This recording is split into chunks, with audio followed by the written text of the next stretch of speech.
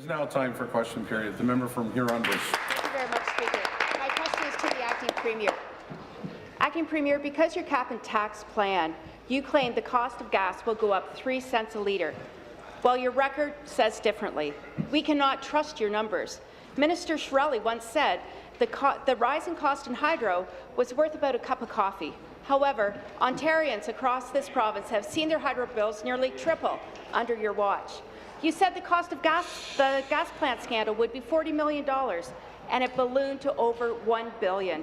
Acting Premier, how much will gas increase under the Liberal cap and tax scheme? How much? Deputy Premier.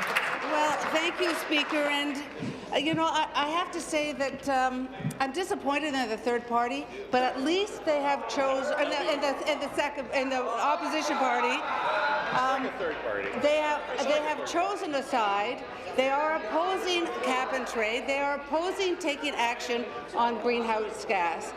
But at least I respect them for having a position on cap and trade. They are firmly, they've made a big mistake on this, but they've made a decision not to support this. The third party, I think to everyone's astonishment, Speaker, has chosen actually not to take a position. There are two sides to this debate. One side says, let's take action, we must take action. The other side says, Order.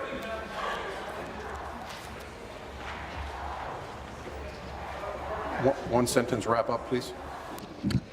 Speaker, I respect the PC party. They have chosen a path, the wrong path, but at least they have chosen a path.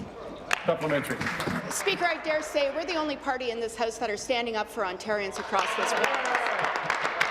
Back to the Acting Premier. Your carbon tax will increase the cost of everything. You're feeding your spending addiction from the pocketbooks of hard-working Ontarians. Because of I expect the same when a question is put as much as an answer. Please continue. Because of high energy prices in Ontario, I often hear from people who have had to choose food over heating. You force them to pick, Acting Premier, between heating and eating. That's not the Ontario that I'm proud to say I'm a member of. You're driving people out of this province.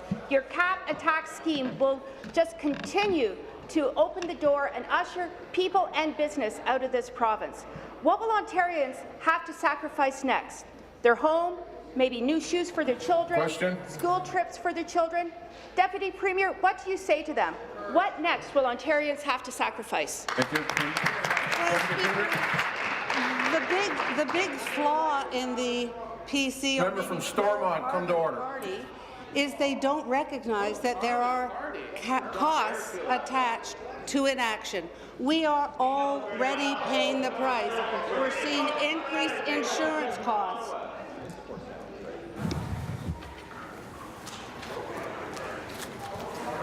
Please finish. Today, Speaker, today premiers from right across this province are joining together in the fight against climate change.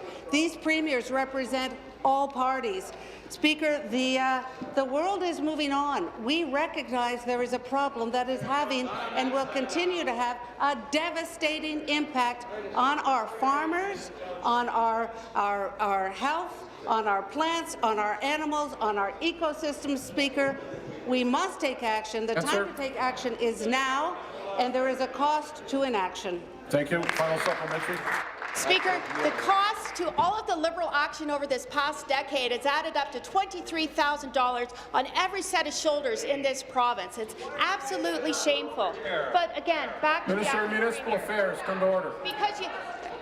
Because across the globe we're seeing cap and tax systems riddled with scandal, fraud and corruption, it's only natural for your Liberal government to jump right on that bandwagon.